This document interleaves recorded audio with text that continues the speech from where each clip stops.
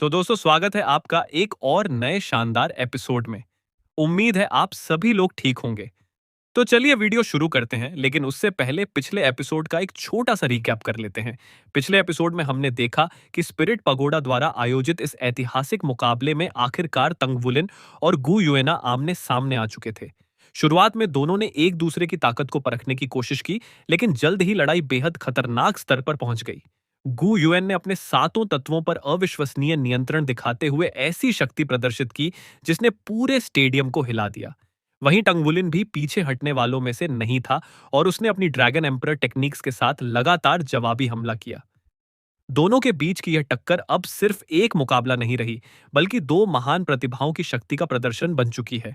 और सबसे बड़ी बात, यह बैटल अभी खत्म नहीं हुई है, बल्कि हर पल और भी ज्यादा खतरनाक होती जा रही है।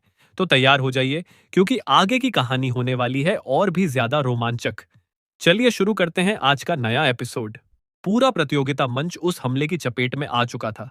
बचने का कोई रास्ता ही नहीं था। तब सबको समझ आया कि गुयुएना के 7 ग्रेट फिशंस असली हमला नहीं थे।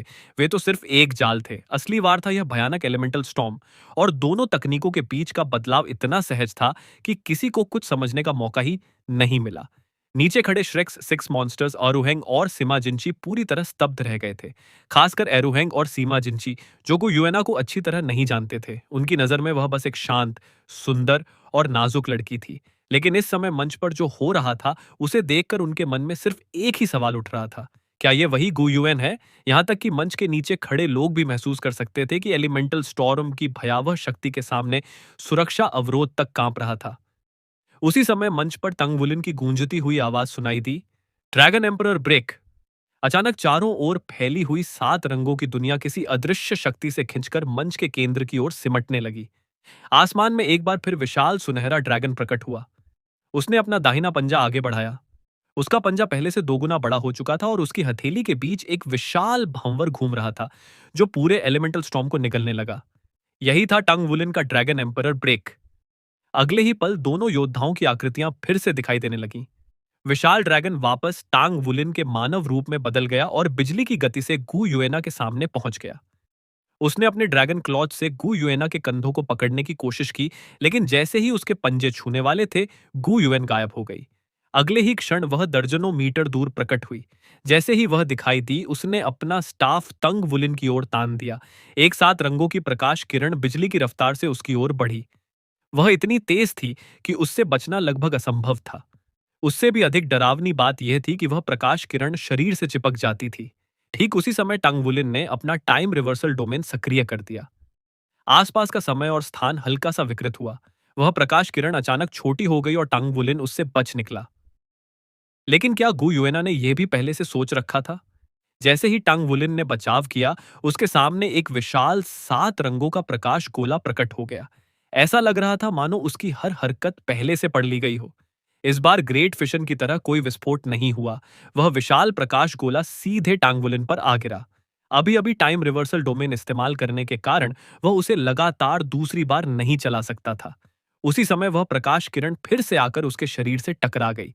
इसके साथ ही उसके पैरों के नीचे 7 रंगों की रोशनी फैल गई। लगभग 20 मीटर का क्षेत्र चमक उठा। अनगिनत प्रकाश धाराएं एक उल्टे झरने की तरह ऊपर उठीं और टांगवुलिन को आसमान की ओर उछाल दिया। एक हमला खत्म होने से पहले दूसरा हमला शुरू हो रहा था। हर तकनीक पिछले वार से जुड़ी हुई थी। गु युएन का नियंत्रण इतना परिपूर्ण था कि दर्शकों की सांसें तक थम गई। यही थी एक सच्ची एलिमेंटल सोल मास्टर की शक्ति। लेकिन तभी धड़ाम! टांगवुलिन के शरीर से एक विस्फोट हुआ। गड़गड़ाहट के साथ अनगिनत ब्लू सिल्वर एम्परर बेलें बाहर निकल आईं। उसके पैरों के नीचे एक विशाल स्वर्णिम आभा मंडल फैल गया। एलिमेंटल स्ट्रिपिंग, यह उसकी ब्लू सिल्वर गोल्डन अरे की शक्ति थी। भले ही यह ड्रैगन एम्परर ब्रेक जितनी शक्तिशाली नहीं थी, लेकिन उसने कुछ समय के लिए आसपास के सातों तत्वों को रोक दिया। टंगवुलिन ने अपने ड्रैगन पंख फैलाए और गहरी सांस लेकर एक भयंकर गोल्डन ड्रैगन रोड छोड़ा। ड्रैगन की गर्जना पूरे स्टेडियम में गूंज उठी। आसपास के तत्व पीछे धकेल दिए गए और टांगवुलिन तेजी से ऊपर उठ गया। साथ ही उसने ड्रैगन्स रिपल्स भी जारी किया। उसी समय उसके शरीर पर असंख्य प्रकाश बिंदु चमकने लगे और उसकी 3 शब्दों वाली बैटल आर्मर प्रकट हो गई। अब टांगवुलिन समझ चुका था कि गु युएना उसकी कल्पना से कहीं अधिक शक्तिशाली है। उसकी स्पेशल कंट्रोल इतनी भयानक थी कि उसके पास पहुंचकर नजदीकी लड़ाई करना लगभग असंभव था। सबसे बड़ी समस्या यह थी कि तांग वुलिन अपनी कई अंतिम तकनीकों का इस्तेमाल नहीं कर सकता था। ऑल और नथिंग जैसी शक्तियां अगर चलती तो गु युएना को गंभीर चोट पहुंच सकती थी। यही कारण था कि शुरुआत से ही उसके हाथ बंधे हुए थे। इसलिए उसने नई रणनीति बनाई। वह गु युएना को धीरे धीरे थकाना चाहता था। उसके पास विशाल सोल पावर और ब्लड एसेंस पावर थी, जबकि इतने सारे तत्वों को लगातार नियंत्रित करना गु युएना के स्पिरिचुअल पावर और सोल पावर पर भारी दबाव डाल रहा होगा। योजना बनाते ही उसने अपनी बैटल आर्मर को पूरी तरह सक्रिय कर दिया। प्लेन के आशीर्वाद से उसकी तत्वों के साथ अनुकूलता और बढ़ गई। उधर गुयुएन ने मन ही मन एक लंबी सांस ली। चांदी जैसी रोशनी उसके पूरे शरीर पर फैल गई और उसकी अपनी 3 शब्दों वाली बैटल आर्मर भी प्रकट हो गई। उसी क्षण उसके पीछे एक विशाल चांदी का प्रक्षेपण उभरा। टांग वुलिन का दिल जोर से धड़क उठा। वह आकृति उसे बेहद परिचित लग रही थी, लेकिन वह उसे ध्यान से देख भी नहीं पाया था कि गुयुएन ने फिर से हमला शुरू कर दिया। इस बार उसने पीछे हटने की जगह सीधा आगे बढ़ना चुना। एक झिलमिलाहट के साथ वह सीधे टांग वुलिन के सामने आ खड़ी हुई। टांग वुलिन ने dragon moon song battle armour पहन रखी थी, जबकि गु युएना ड्रैगन डांसिंग कीलिन बैटल आर्मर में थी। दोनों की आंखें एक दूसरे से मिलीं। समय जैसे रुक गया। फिर गु युएन ने धीरे से अपना हाथ टांग वुलिन की छाती पर रखा। वह स्पर्श किसी हमले जैसा नहीं था, मानो वह उसे प्यार से छू रही हो। लेकिन अगले ही पल सब कुछ बदल गया। तांग वुलिन ने स्वाभाविक रूप से पीछे हटने की कोशिश की, लेकिन अचानक उसके आसपास का पूरा संसार जम गया। उसका शरीर हिल नहीं पाया, यहां तक कि उसका दिमाग भी एक पल के लिए खाली हो गया। और फिर बूम! एक भयंकर विस्फोट हुआ। तांग वुलिन का शरीर हवा में पीछे की ओर उड़ गया। दर्शकों की आंखों के सामने अचानक 7 रंगों की बिजली प्रकट हुई। वे चारों दिशाओं से आकर तांग वुलिन पर टूट पड़ी। 7 एलिमेंटल लाइटनिंग ऑफ डिस्ट्रक्शन यह साधारण बिजली नहीं थी, यह सीधे एलिमेंटल लॉज की शक्ति थी। एलिमेंटल ट्रिब्यूलेशन लाइटनिंग भी इसके सामने फीकी पड़ जाती, क्योंकि ट्रिब्यूलेशन लाइटनिंग के पास कोई चेतना नहीं होती। लेकिन गु युएना की यह बिजली उसकी इच्छा से नियंत्रित हो रही थी। उसमें अत्यधिक संकुचित विनाशकारी शक्ति और भेदन क्षमता थी। 7 रंगों की चमक तांग वुलिन की बैटल आर्मर पर फैल गई। हवा में उसका शरीर लगातार 7 बार कांपा। और फिर आसमान से एक विशाल 7 रंगों का भाला उतरा। 7 एलिमेंटल सेलेस्टियल स्पीयर। भाला सीधे टांग वुलिन की छाती में धंस गया। धड़ाम! वह ऊपर से नीचे गिरा और भाला उसे मंच पर निर्दयता से ठोक गया। नहीं! श्रेक्स 6 मॉन्स्टर्स अरूहेंग और सिमा जिंची एक साथ चीख उठे। सब कुछ बहुत जल्दी हुआ था, इतनी जल्दी कि कोई प्रतिक्रिया तक नहीं दे पाया। यहां तक कि वहां मौजूद लिमिट डॉलुओज भी समय रहते हस्तक्षेप नहीं कर सके। क्यों? क्योंकि जब गुयुएन का हाथ तंग वुलिन की छाती से टकराया था, उसी पल पूरे स्टेडियम का स्थान जम गया था। यह था उसका स्पिरिचुअल डोमेन, स्पेशल सील। अब तांग वुलिन जमीन पर पड़ा हुआ था। उसका शरीर लगातार कांप रहा था। उसके मुंह और नाक से खून बह रहा था। उसकी dragon moon song battle armour पूरी तरह टूट चुकी थी। पूरा स्टेडियम मौत जैसी खामोशी में डूब गया। आसमान में गु युएना शांत चेहरे के साथ तैर रही थी। उसकी आंखों में कोई भावना दिखाई नहीं दे रही थी। उसने नीचे पड़े टांग वुलिन की ओर देखा और ठंडी आवाज में कहा, तुम हार गए हो। कुछ क्षणों के लिए पूरा संसार मानो थम गया। फिर उसने वही निर्दयी शब्द कहे जिन्होंने हर किसी का दिल हिला दिया। तुम मुझे हरा नहीं सकते, इसलिए तुम्हें मुझे अपने साथ ले जाने का कोई अधिकार नहीं है।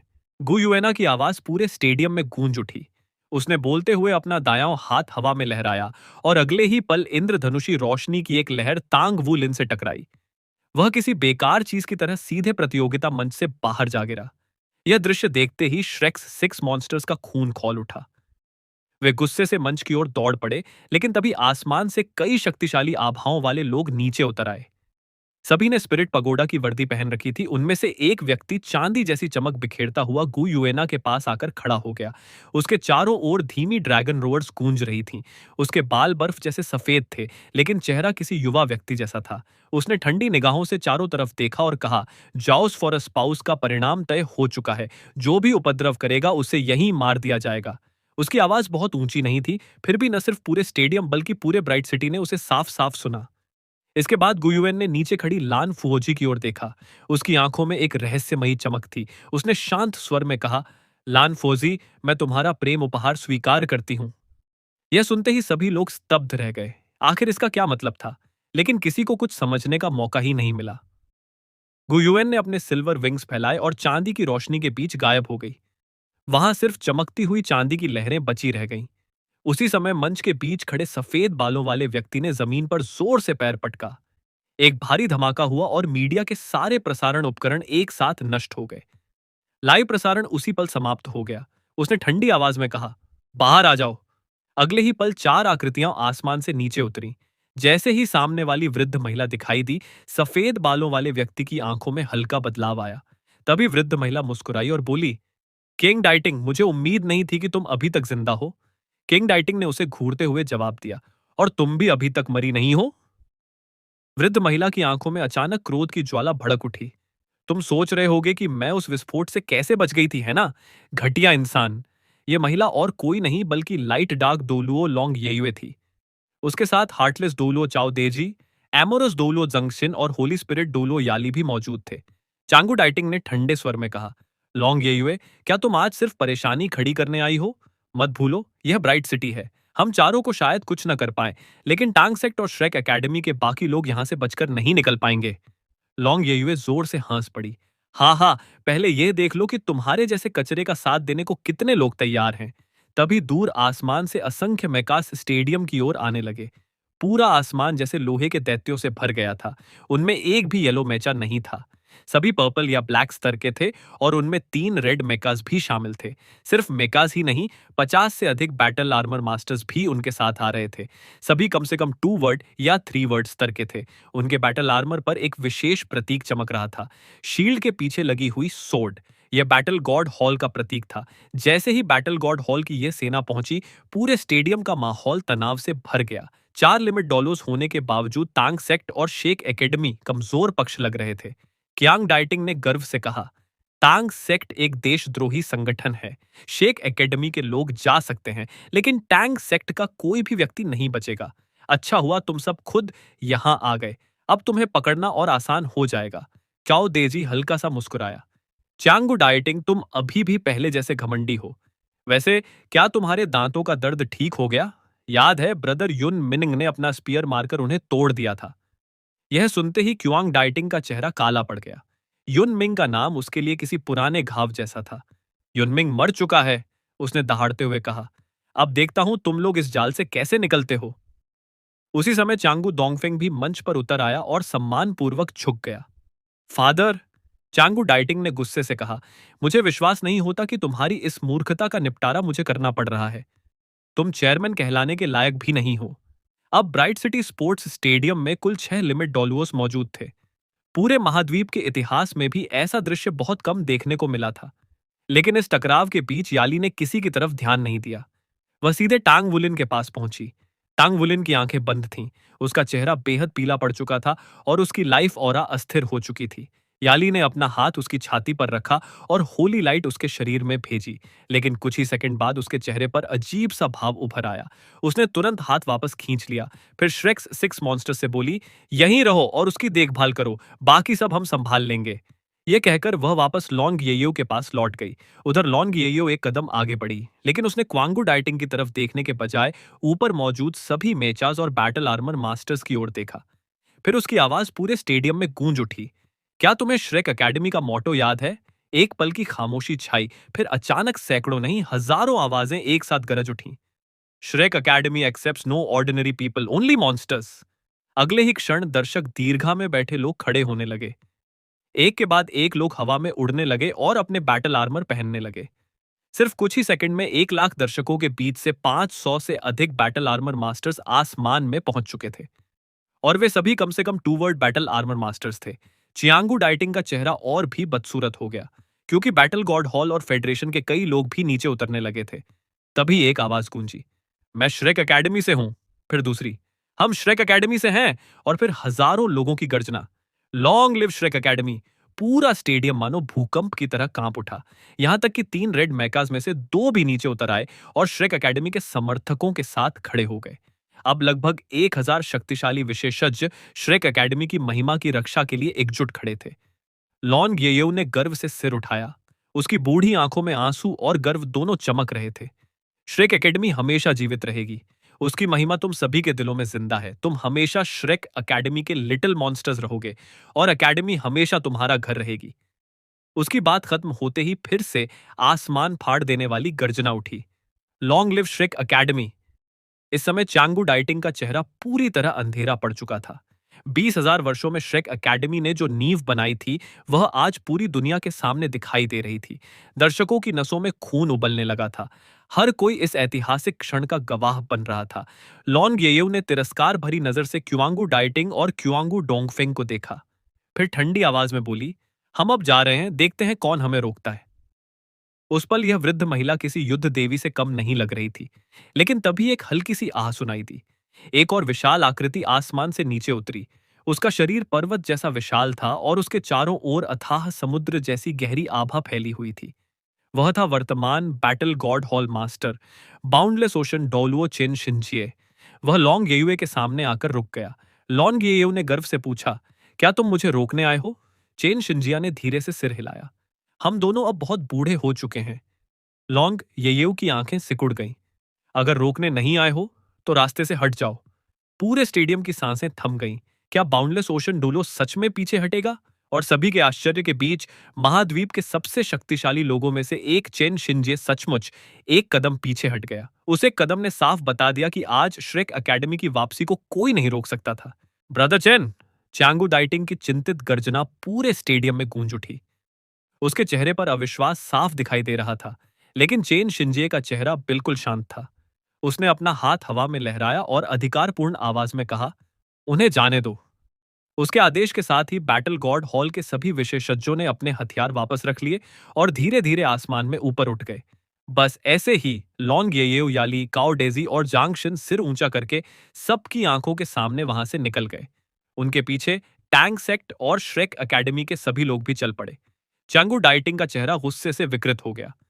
ब्रदर चैन, यह ब्राइट सिटी है। टैंग सेक्ट एक देशद्रोही संगठन है। क्या तुम्हें इसके लिए सजा मिलने का डर नहीं है? चेन शिंजी ने ठंडी निगाह से उसकी ओर देखा।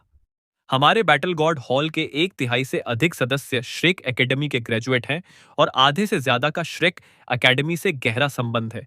क्या तुम चाहते हो कि वे सब हमारे खिलाफ हो जाएं?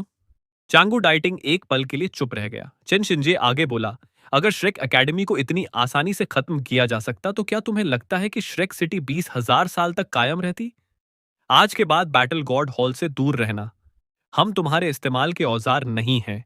और जहां तक स्पिरिट पगोडा और होली स्पिरिट कल्ट के रिश्तों की बात है, मुझे यकीन है कि तुम खुद सच्चाई अच्छी तरह जानते हो। यह कहकर वह सीधे आसमान में उड़ गया और कुछ ही क्षणों में नजरों से ओझल हो गया। बास्टर्ड्स! चांगू डाइटिंग क्रोध में दहाड़ उठा। उसकी दहाड़ के साथ पूरा प्रतियोगिता मंच धंस गया। लेकिन चाहे वह क्वासी गॉड ही क्यों न हो, इस समय वह कुछ नहीं कर सकता था। क्युआंग डुंगफेंग की हालत भी उससे बेहतर नहीं थी। भले ही लाइव प्रसारण बंद हो चुका था, लेकिन 1 लाख से अधिक दर्शकों ने अपनी आंखों से सब कुछ देखा था। अब यह बात छिपाई नहीं जा सकती थी। और जब यह खबर पूरे महाद्वीप में फैलेगी, तब स्पिरिट पगोडा की प्रतिष्ठा मिट्टी में मिल जाएगी। इस तरह जाउस्ट फॉर अ स्पाउस का समापन हुआ।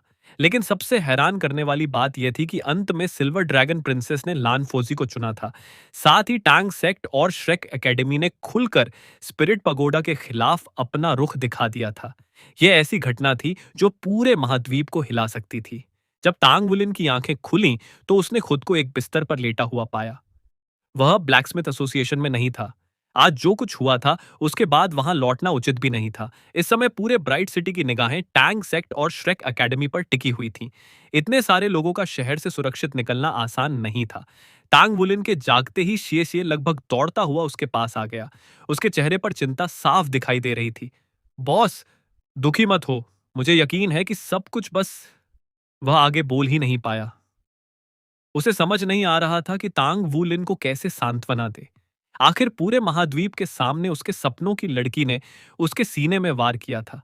कोई भी इंसान ऐसी घटना के बाद टूट जाता, लेकिन तभी टांग वुलिन बैठ गया और उसे घूरते हुए बोला, मुझे सांत्वना देने की जरूरत नहीं है। शिए शिए स्तब्ध रह गया। हूं। उसने तुरंत हाथ बढ़ाकर तांग वुलिन का माथा छुआ। बॉस, कहीं दुख के कारण पागल तो नहीं हो गए? तांग वुलिन ने झुंझलाकर उसका हाथ हटा दिया। क्या तुम मुझे शाप देना बंद कर सकते हो? शिए शिए की आंखें फैल गईं। रुको, कु युए ने तुम्हारे साथ ऐसा किया और तुम्हें बिल्कुल दुख नहीं है? कहीं तुम्हारा प्यार बदल तो नहीं गया? कौन है? दाई युनर।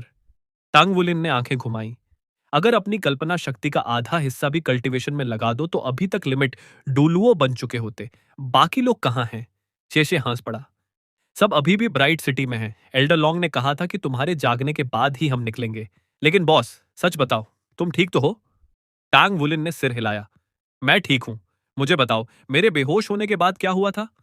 इसके बाद शिए शिए ने पूरे घटनाक्रम को विस्तार से सुनाया। वह बोलते बोलते खुद भी उत्साहित हो गया। बॉस, उस समय मेरा खून खौल रहा था। यही है हमारी श्रेक एकेडमी। काश तुम चांगू डाइटिंग और चांगू डोंग फिंग के चेहरे देख पाते। हा हा, सोचकर ही हंसी आ जाती है। टांग वुलिन ने शांत भाव से सब सुना। जो कुछ हुआ था लगभग वैसा ही हुआ था जैसा उसने पहले से सोचा था। बस एक चीज उसे निराश कर रही थी। वह गो यूएन को अपने साथ नहीं ला पाया था। क्या उसे दुख नहीं था? बिल्कुल था। लेकिन इतना भी नहीं कि वह उसे सह न सके। आखिरकार वह गु यूएना को मना नहीं पाया।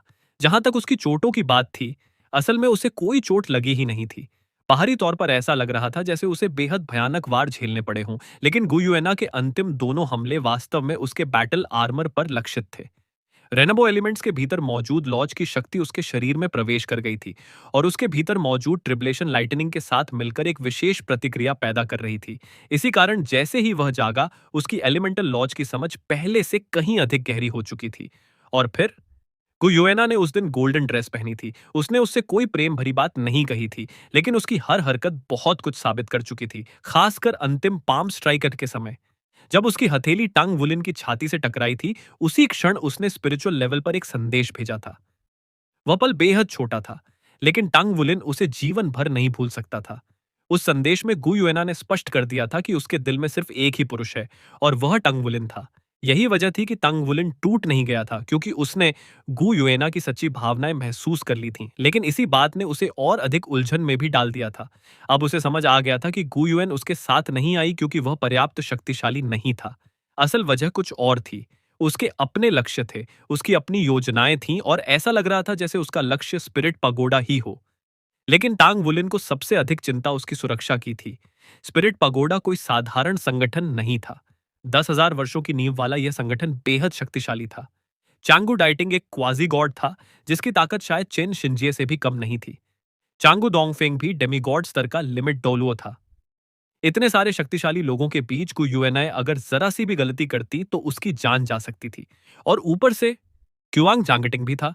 सिर्फ उसका नाम सोचकर ही तांग वुलिन का मूड खराब हो जाता था। भले ही गु युएन और चियांग जांगटिंग का रिश्ता सिर्फ दिखावे का हो, फिर भी तांग वू लिन उसे उसके पास देखना पसंद नहीं करता था। लेकिन क्या यही उसकी सबसे बड़ी चिंता थी? नहीं। उसे याद था कि गु युएन ने कभी उससे कहा था, अगर वह उसके साथ रहना चाहता है तो उसे पूरी दुनिया को अपना दुश्मन बनाना होगा। उस समय उसने इस बात को पूरी तरह नहीं समझा था, लेकिन अब उसे लग रहा था कि गु युएन के दुश्मन सिर्फ स्पिरिट पागोडा तक सीमित नहीं है। उसके पीछे शायद और भी बड़े रहस्य छिपे हुए थे। यही सोचकर तांग वुलिन का दिल भारी हो गया। गु युएना बहुत जिद्दी थी। उसे अपने साथ लाना आसान नहीं होने वाला था। आज उसने अपना प्यार दिखा दिया था, लेकिन साथ ही उसने अपने फैसले की दृढ़ता भी दिखा दी थी। और यही सबसे बड़ी समस्या थी। इसके अलावा एक और बात ने तांग वुलिन को झकझोर दिया था। गु युएना की शक्ति। पिछले कुछ वर्षों में उसकी ताकत अविश्वसनीय गति से बढ़ी थी। वह टाइटल्ड दोलो बन चुका था। ट्रायल ऑफ 5 गॉड्स पूरा कर चुका था। समुद्र में लाइटनिंग बैप्टिज्म झेल चुका था। डिवाइन ब्लैकस्मिथ बन चुका था। इन सभी अनुभवों ने उसकी शक्ति को नई ऊंचाइयों तक पहुंचा दिया था। अब वह सचमुच टांग सेक्ट मास्टर और सी गॉड्स पेविलियन मास्टर कहलाने योग्य था। लेकिन जब वह गु युएना के सामने खड़ा हुआ तो उसे लगा जैसे वह पूरी तरह दबा दिया गया हो। सिर्फ ताकत ही नहीं, गु युएन का एलिमेंटल कंट्रोल इतना भयानक था कि उसने तांग वुलिन से प्ले ब्लेसिंग तक छीन ली थी। पूरे युद्ध के दौरान तांग वुलिन रक्षात्मक स्थिति में रहा। हालांकि इसका एक कारण यह भी था कि वह गु युएना को चोट नहीं पहुंचाना चाहता था, लेकिन मुख्य कारण उसकी अपार शक्ति थी, खासकर उसके अंतिम 2 हमले। उन्होंने सिर्फ उसकी ताकत नहीं दिखाई थी, उन्होंने यह भी साबित कर दिया था कि गु युएन का नियंत्रण, उसकी समझ और उसकी क्षमता कितनी भयावह स्तर तक पहुंच चुकी थी। तांग वुलिन की मुट्ठियां धीरे धीरे भींच गईं। उसके दिल में एक ही विचार घूम रहा था, गु युएन, चाहे तुम्हारे सामने कितनी भी बाधाएं क्यों ना हो, चाहे तुम्हारे दुश्मन पूरी दुनिया ही क्यों ना हो, एक दिन मैं तुम्हारे साथ खड़ा रहूंगा। लेकिन क्या वह दिन जल्दी आएगा, या उससे पहले पूरा महाद्वीप एक ऐसे तूफान में फंसने वाला था जिसकी किसी ने कल्पना भी नहीं की थी? तंग वुलिन बिस्तर पर लेटा हुआ गहरी सोच में डूबा था। उसे अब पूरी तरह समझ आ गया था कि गु युएना ने उस लड़ाई में कितनी बारीकी से अपने हमलों को नियंत्रित किया था। वे दोनों हमले वास्तव में उसकी जान ले सकते थे। अगर ऐसा न होता तो वह क्युआंग डाइटिंग और क्युआंग डोंगफेंग जैसे लोगों को कभी धोखा नहीं दे पाती। यहाँ तक कि एल्डर लॉन्ग और बाकी सभी लोगों ने भी यही समझा था कि टंग वुलिन बुरी तरह घायल हो चुका है। जब इतने शक्तिशाली लोग भी भ्रमित हो गए थे तो बाकी लोगों की तो बात ही क्या थी। इस एहसास ने टांग वुलिन को भीतर तक झकझोर दिया। उसे पता था कि वह अभी भी अपनी शक्ति को इतने सटीक स्तर तक नियंत्रित नहीं कर सकता। यही उनके बीच का अंतर था। इसका मतलब साफ था कि गुयुएना की स्पिरिचुअल पावर उससे कहीं अधिक शक्तिशाली थी, शायद उससे भी कहीं ज्यादा जितना वह कल्पना कर सकता था। और सबसे डराने वाली बात यह थी कि वह लगातार आगे बढ़ रही थी। उस लड़ाई के बाद टांग वुलिन को बिल्कुल भी संदेह नहीं था कि गुयुएना अब एक नए लिमिट डोलो के बराबर ताकत रखती थी। उसकी प्रतिभा इतनी भयानक थी कि चंगू जांगटिंग जैसे व्यक्ति की तुलना उससे करना भी अपमान जैसा लगता था। टांग वुलिन की स्पिरिचुअल पावर पहले ही मेंटल मैनिफेस्टेशन स्तर तक पहुंच चुकी थी, लेकिन जब वह गुयुएना को महसूस करता था तो उसे ऐसा लगता था जैसे वह किसी अंतहीन खाई के सामने खड़ा हो। एक ऐसी गहराई जिसका कोई अंत नहीं था। शायद वह स्पिरिट डोमेन रियलम की सर्वोच्च सीमा थी। संभव है कि कोई क्वाजी गॉड भी इतनी विशाल स्पिरिचुअल पावर का मालिक न हो। इतनी शक्तिशाली होने के बावजूद उसने कभी खुद को बड़ा नहीं दिखाया था। और दूसरी तरफ टांग वुलिन था, जिसने कभी गर्व से कहा था कि वह उसकी रक्षा करेगा। अब उसे अपने ही शब्द थोड़े बचकाने लग रहे थे। उसे एहसास हुआ कि उसकी यात्रा अभी बहुत लंबी है। लेकिन टंग वुलिन वह इंसान नहीं था जो असफलताओं के सामने टूट जाए। जीवन में उसने इतने झटके झेले थे कि उसने दर्द को अपनी ताकत बनाना सीख लिया था। उसने अपने नकारात्मक विचारों को दबाया और फिर से खुद को संभाल लिया। आखिरकार इस दुनिया में शक्ति ही सब कुछ थी। कम से कम उसे इतना मजबूत तो बनना ही होगा कि वह गुयुएन से आगे निकल सके। तभी शायद वह उसकी मदद कर पाएगा। या शायद उसने उस अधूरे विचार को वहीं रोक दिया और कमरे का निरीक्षण करने लगा। यह एक साधारण सा घर था। कोई विलासिता नहीं, कोई भव्यता नहीं, लेकिन सब कुछ बेहद साफ सुथरा था। चादरों और कंबल में धूप की एक सुखद खुशबू बसी हुई थी। जब उसने पर्दे हटाए तो बाहर का शांत दृश्य दिखाई दिया। सब कुछ सामान्य लग रहा था, लेकिन टांग वुलिन जानता था कि यह सिर्फ तूफान से पहले की शांति थी। जाउस्ट फॉर अ स्पाउस इवेंट का परिणाम पूरे महाद्वीप को हिलाने वाला था। टैंक सेक्ट और श्रेक एकेडमी ने इतने वर्षों की चुप्पी के बाद पहली बार दुनिया के सामने अपनी असली ताकत दिखाई थी। सीएशए ने भले ही सारी बातें विस्तार से न बताई हों, लेकिन टांग वुलिन आसानी से समझ सकता था कि उस दिन कितना बड़ा प्रभाव पड़ा होगा। असल में श्रेक एकेडमी और टैंक सेक्ट ने खुलकर स्पिरिट पगोडा और फेडरेशन के खिलाफ खड़े होने का साहस दिखाया था। सबसे चौंकाने वाली बात यह थी कि बैटल गॉड हॉल भी स्पिरिट पगोडा के पक्ष में नहीं खड़ा हुआ। दुनिया ने अपनी आंखों से देखा था कि टंग सेक्ट और श्रेक एकेडमी के पास 4 लिमिट डोलुओ मौजूद थे, और हर कोई समझ रहा था कि पर्दे के पीछे शायद और भी भयानक शक्तियां छिपी हुई हैं। श्रेक सिटी के विनाश के बाद यह पहली बार था जब दोनों संगठन सार्वजनिक रूप से सामने आए थे, और उन्होंने जो ताकत दिखाई थी उसने उनके दुश्मनों के दिलों में डर भर दिया था। जहां तक प्रतियोगिता की बात थी, वह पूरी तरह बर्बाद हो चुकी थी। लोगों को केवल एक चीज याद रह गई थी। सिल्वर ड्रैगन प्रिंसेस गुयुएना ने टांग सेक्ट मास्टर तांग वुलिन को हरा दिया था। लेकिन सच कहें तो किसी को भी वह लड़ाई सामान्य युद्ध नहीं लगी। देखने वालों को वह दो प्रेमियों के बीच का झगड़ा ज्यादा प्रतीत हुआ। हर कोई समझ चुका था कि तांग वुलिन के दिल में गु युएना के लिए भावनाएं थीं, और गु युएना की प्रतिक्रियाओं ने भी यही संकेत दिया था कि यह भावना एकतरफा नहीं थी। इसी कारण पूरे डोलुओ कॉन्टिनेंट में चर्चाओं का तूफान आ गया था। बड़े शहरों से लेकर दूरदराज के गांवों तक हर जगह लोग इन्हीं घटनाओं पर बहस कर रहे थे। उसी समय दरवाजा खुला और जांगशिन कमरे में दाखिल हुए। कैसा महसूस कर रहे हो? उन्होंने मुस्कुराते हुए पूछा। तांगवू लिन ने सम्मानपूर्वक जवाब दिया, मैं बिल्कुल ठीक हूं। जांगशिन ने उसे ध्यान से देखा। सच में? तांगवू लिन ने बिना झिझक सिर हिला दिया। जांगशिन हल्का सा हंसे और बोले, प्रेम में पड़ने वाला इंसान हमेशा कुछ न कुछ पछतावा जरूर लेकर चलता है। टंगवुलिन के चेहरे पर भी मुस्कान आ गई।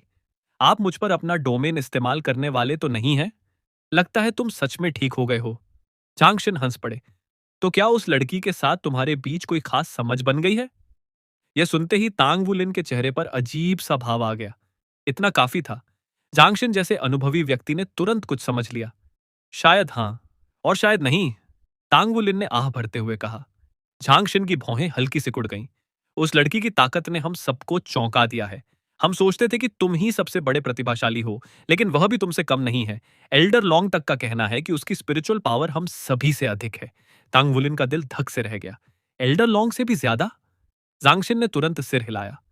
यह सुनकर तांग वुलिन सचमुच स्तब्ध रह गया। लॉन्ग येयुए वर्तमान में चारों लिमिट डोलुओं में सबसे शक्तिशाली मानी जाती थी। यहां तक कि चाओ देजी भी शायद उनसे कमजोर थे। ऐसे में अगर लॉन्ग येयू स्वयं मान रही थी कि उनकी स्पिरिचुअल पावर को यूएनए से कम है, तो यह वास्तव में भयावह बात थी। कुछ देर बाद जांगशिन ने पूछा, क्या वह महत्वाकांक्षी लड़की है? टांग वुलिन ने सिर हिलाया। मुझे नहीं लगता, वह वैसी इंसान नहीं है। जांगशिन की आंखों में अर्थपूर्ण चमक उभरी। लगता है तुम उसके बारे में काफी कुछ जानते हो। टांग वुलिन ने धीरे से कहा, बहुत सी बातें सिर्फ अनुमान हैं, लेकिन एक बात मैं निश्चित रूप से कह सकता हूं, वह स्पिरिट पगोडा की सहयोगी नहीं है। जांगशिन कुछ क्षण चुप रहे, फिर बोले, तुम्हें हर संभावना के लिए तैयार रहना होगा। उस लड़की की क्षमता असीमित है। कोई नहीं जानता कि उसकी सीमा कहां है। अगर तुम्हारे रिश्ते की वजह से वह हमारी तरफ आ जाए तो सबसे अच्छा होगा, लेकिन अगर ऐसा नहीं हुआ तो तुम्हें इस संभावना के लिए भी तैयार रहना होगा कि भविष्य में तुम दोनों दुश्मन बन सकते हो। टांग वुलिन ने गंभीरता से सिर हिला दिया। मैं समझता हूं। ठीक है, अभी उसके बारे में बात छोड़ते हैं। जांगशिन ने विषय बदल दिया। इस प्रतियोगिता के बाद हालात काफी जटिल हो गए हैं। डव फैक्शन ने फिर से संसद में प्रस्ताव रखा है कि टांग सेक्ट पर लगे देशद्रोह के आरोप हटाए जाएं। स्पिरिट पागोडा के नेतृत्व वाली ईगल फैक्शन इसका विरोध कर रही है, लेकिन स्थिति पहले से काफी बेहतर हो चुकी है। टांग वुलिन की आंखें चमक उठी। क्या हुआ है? जांगशिन मुस्कुराए। न्यूट्रल फैक्शन के कई सदस्य अब डव फैक्शन के साथ खड़े हो गए हैं। इसके अलावा कई शक्तिशाली संगठनों ने श्रेक एकेडमी के पुनर्निर्माण का समर्थन भी किया है। कौन कौन? टांग वुलिन तुरंत उत्साहित हो गया। लगभग पूरी न्यूट्रल फैक्शन और पूरा डव फैक्शन, यहां तक कि ईगल फैक्शन के कुछ लोग भी हमारे समर्थन में आ गए हैं। ईगल फैक्शन भी? टांग वुलिन हैरान रह गया। जंगशिन मुस्कुराए। सबसे पहले समर्थन देने वाला सदन लीजन था। टांग वुलिन की आंखें फैल गईं। सदन लीजन यानी होली एंजल क्लैन भी उनके साथ खड़ा था। यह कोई छोटी बात नहीं थी। फेडरेशन की लगभग 7वें हिस्से की सेना साउदर्न लेजियन के अधीन थी। इतना शक्तिशाली सहयोगी मिलना बेहद महत्वपूर्ण था, लेकिन जांगशिन अभी रुके नहीं। इसके अलावा ब्लड गॉड लेजियन ने भी समर्थन दिया है। तांग वुलिन का दिल खुशी से भर गया। मिरर डोलुओ जांग हुआनयुन अब लिमिट डोलुओ बन चुके थे। ब्लड गॉड लेजन भले ही औपचारिक रूप से सेना का हिस्सा न हो, लेकिन उसकी वास्तविक शक्ति किसी भी लेजन से कम नहीं थी। दो दो लिमिट डोलुओ के नेतृत्व वाले संगठन उनका समर्थन कर रहे थे। लेकिन तभी झांग शिन के चेहरे पर रहस्यमयी मुस्कान उभरी। और सबसे महत्वपूर्ण बात, तांगवू लिन उत्सुकता से उनकी ओर देखने लगा। साउदर्न लेजन और ब्लड गॉड लेजन से भी ज्यादा महत्वपूर्ण आखिर ऐसा कौन हो सकता था? अगले ही पल झांगशिन ने उत्तर दिया। बैटल गॉड हॉल ने भी शेक एकेडमी के पुनर्निर्माण का समर्थन करने की घोषणा कर दी है। यह सुनते ही तांग वू लिन की आंखें अविश्वास से फैल गईं। बैटल गॉड हॉल भी उनके साथ? अब सचमुच पूरे महाद्वीप की शक्ति का संतुलन बदलने वाला था। बैटल गॉड हॉल का नाम सुनते ही तांग वू लिन कुछ पल के लिए स्तब्ध रह गया। यह कोई साधारण संगठन नहीं था। यह फेडरेशन की सैन्य शक्ति का केंद्र था, उसकी सबसे मजबूत नींव। और अब वही बैटल गॉड हॉल खुलकर श्रेक एकेडमी के पुनर्निर्माण का समर्थन कर रहा था। यह लगभग फेडरेशन का समर्थन मिलने जैसा था। यह कैसे संभव है? टांग वुलिन के मुंह से अनायास निकल गया। अगर फेडरेशन सच में श्रेक एकेडमी को दोबारा खड़ा होते देखना चाहती, तो उसने स्पिरिट पगोडा के साथ मिलकर उसे नष्ट करने की कोशिश ही क्यों की होती? टांग वुलिन कभी इतना भोला नहीं था कि यह मान ले कि गॉड स्लेयर मिसाइल्स जैसी चीजें बिना अंदरूनी सहमति के इस्तेमाल की जा सकती हैं। साफ था कि फेडरेशन के भीतर भी लंबे समय से विभाजन और संघर्ष चल रहा था। लेकिन बैटल गॉड हॉल का सार्वजनिक समर्थन, यह तो सचमुच एक विस्फोटक खबर थी। इसका मतलब था कि हालात अब स्पिरिट पगोडा और फेडरेशन के कुछ नेताओं के नियंत्रण से बाहर निकल चुके थे। अचानक तांग वुलिन के दिमाग में एक विचार आया। क्या इसका संबंध एल्डर लॉन्ग से है? जांगशिन हल्का सा हंस पड़ा। बैटल गॉड हॉल के 1/3 से भी अधिक सदस्य श्रेक एकेडमी के ग्रेजुएट हैं, लेकिन असली निर्णायक व्यक्ति तो चेन शिंजी ही हैं। अगर उनका समर्थन न मिलता तो बैटल गॉड हॉल कभी भी प्रभावित नहीं होता। लगता है इस बार उन्होंने सचमुच अपना फैसला कर लिया है। यह सुनकर टांग वुलिन भी मुस्कुरा उठा। पुरानी पीढ़ी के रिश्ते सच में बेहद जटिल थे। चेन शिंजिया फेडरेशन के सबसे शक्तिशाली सोल मास्टर माने जाते थे। 50 वर्षों से अधिक समय तक उन्होंने बैटल गॉड हॉल का नेतृत्व किया था। सेना में उनकी स्थिति लगभग अटल थी। चाहे मिरर डोलुओ झांग हुआनयुन हो या एंजल डोलुओ यू जंगेन, कोई भी उनके प्रभाव की बराबरी नहीं कर सकता था। और अब वही व्यक्ति श्रेक एकेडमी का समर्थन कर रहा था। इसका मतलब साफ था, श्रेक एकेडमी के पुनर्निर्माण के रास्ते में अब कोई बड़ी बाधा नहीं बची थी।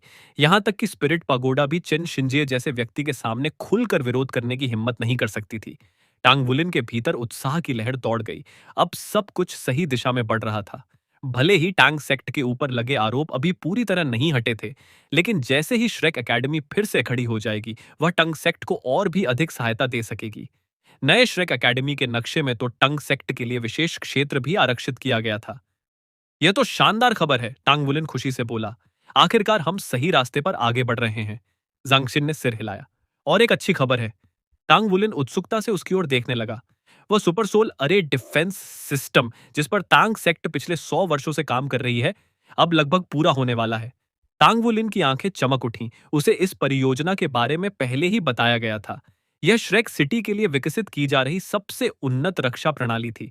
साधारण शब्दों में कहें तो, अगर यह सिस्टम गॉड स्लेयर मिसाइल हमले से पहले मौजूद होता तो श्रेक सिटी आज भी खड़ी होती। यह वास्तव में अंतिम रक्षा कवच था। कमाल है। इसे पूरी तरह लागू होने में कितना समय लगेगा? जांगशिन ने एक गहरी सांस ली। इतना आसान नहीं है। इसकी लागत बहुत भयानक है। टांग सेक्ट के वर्तमान संसाधनों के अनुसार सी गॉड्स लेक के चारों ओर पूरे सिस्टम को बनाने में कम से कम 7 साल लगेंगे। और इसके लिए टांग सेक्ट के कुल संसाधनों का 1/3 से लेकर आधा हिस्सा खर्च हो जाएगा। टांग वुलिन कुछ सेकंड तक बोल ही नहीं पाया। टांग सेक्ट, एक ऐसा संगठन जिसने 20,000 वर्षों तक संसाधन जमा किए थे, और उस विशाल संपत्ति का आधा हिस्सा सिर्फ एक रक्षा प्रणाली में खर्च हो जाना था, यह कल्पना से परे था। लेकिन जांग शिन मुस्कुरा रहा था। फिर भी यह पूरी तरह मूल्यवान है। एक बार यह प्रणाली बन गई तो टैंक सेक्ट और श्रेक एकेडमी पर दोबारा वैसा हमला करना लगभग असंभव होगा। टांग वुलिन ने गंभीरता से सिर हिलाया। महाद्वीप में संसाधनों की कमी सचमुच बहुत बड़ा संकट बन चुकी है। इसीलिए, झांगशिन बोला, इस परियोजना के बाद तांग सेक्ट अपना सारा शोध 2 दिशाओं में लगाएगी। पहली दिशा होगी पर्यावरण को पुनर्स्थापित करना, और दूसरी आउटर स्पेस की खोज। टंग वुलिन चौंक गया। Outer space?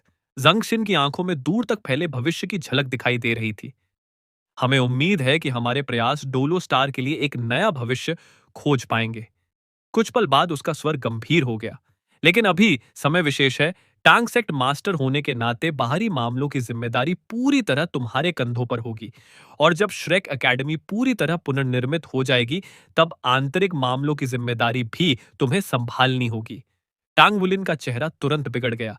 इतना सारा काम मेरे ऊपर मत डालिए, थोड़ा तो मदद कीजिए। जांगशिन जोर से हंस पड़ा।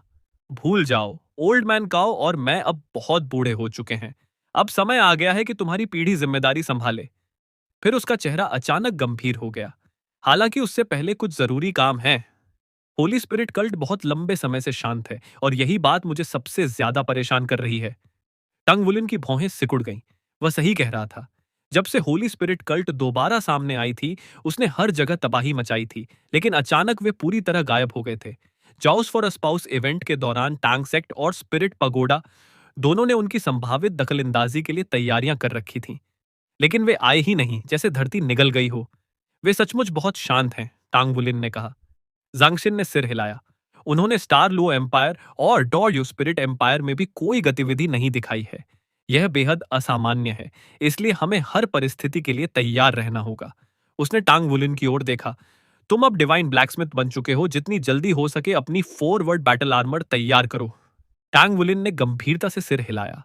एक बार फॉरवर्ड बैटल आर्मर मास्टर बनने के बाद उसकी जीवित रहने की क्षमता कई गुना बढ़ जाएगी।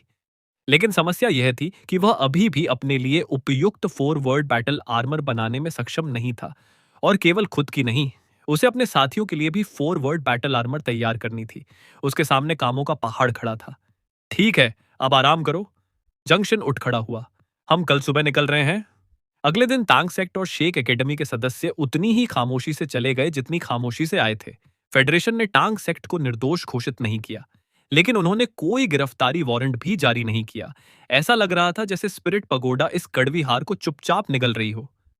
कुछ समय बाद एक हाई स्पीड सोल ट्रेन के वीआईपी केबिन में टंग वुलिन खिड़की के पास बैठा बाहर तेजी से भागते दृश्यों को देख रहा था। कई दिनों बाद उसे थोड़ा आराम महसूस हो रहा था, लेकिन उसके सामने बैठे लोगों को देखकर कोई भी समझ सकता था कि शांति ज्यादा देर टिकने वाली नहीं थी। शिये शिये बड़ी आराम से युवानैन यहूदी के कंधे पर सिर रख चुका था। अगले ही पल धड़ाम, युवानैन यहूदी ने उसे घृणा भरी नजर से धक्का देकर अलग कर दिया। सीधे बैठो, चेशे ने दुखी चेहरा बना लिया। बगल में बैठे आर्मिंग यह दृश्य देखकर मजे ले रहे थे। उनके हाथ में अभी अभी खरीदा गया रोस्ट चिकन था, जिसे वे पूरे आनंद से खा रहे थे। इस यात्रा का गंतव्य श्रेक एकेडमी नहीं था। वे युआनन फैमिली जा रहे थे। युआनन ये हुई कि समस्या को अब और टाला नहीं जा सकता था। वह पहले ही सोल डोलुओ बन चुकी थी। ट्विन मार्शल सोल्स की वजह से फॉलन एंजल मार्शल सोल का प्रभाव उसकी मां जितना गंभीर नहीं था, लेकिन समस्या अभी भी मौजूद थी। एयरमिनिंग ने दावा किया था कि वह इस समस्या का समाधान कर सकता है, लेकिन युआनन फैमिली अभी तक यह सब नहीं जानती थी। उन्हें युआनन जेंटियन को पूरी सच्चाई बतानी थी। तभी युआनन येहुई को पूरी तरह परिवार द्वारा स्वीकार किया जा सकेगा। और साथ ही आर्मिंग भी उस परिवार द्वारा स्वीकार किया जाना चाहता था जिसे उसने स्वयं बनाया था। अचानक एयरमिंग ने शिये को घूरा। क्या तुम पिटना चाहते हो? चेशे तुरंत हंस पड़ा। बिल्कुल नहीं, मैं तो आपका डिसाइपल और डिसेंडेंट इन लॉ हूं। मुझे तो आपके लिए और ज्यादा डिसेंडेंट्स पैदा करने के लिए मेहनत करनी चाहिए। रोस्ट चिकन खाते खाते अरमिंग लगभग खांस पड़ा। तुम्हें बिल्कुल शर्म नहीं है। लेकिन शिये ने इसे तारीफ की तरह लिया। अगर शर्म होती तो क्या मुझे इतनी खूबसूरत पत्नी मिलती?